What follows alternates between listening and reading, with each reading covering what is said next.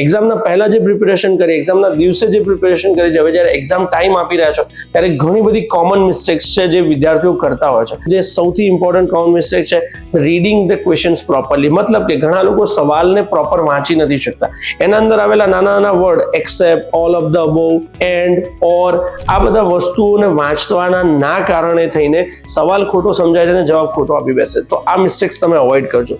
Second and most important point is silly calculative errors. મતલબ કે એવા પ્રશ્નો કે જેમના કન્સેપ્ટ તમને ખબર છે, થિયરી ખબર છે, તમે કેલ્ક્યુલેટ કરો છો, પણ નાનામાં મોટી કેલ્ક્યુલેટિવ એરર્સના કારણે થઈને તમારો જવાબ ખોટો આવે છે. ફરીથી ડબલ ચેક કરવાનું રાખો કેલ્ક્યુલેટિવ ક્વેશ્ચનની અંદર. Third and most important, overthinking ના કરો.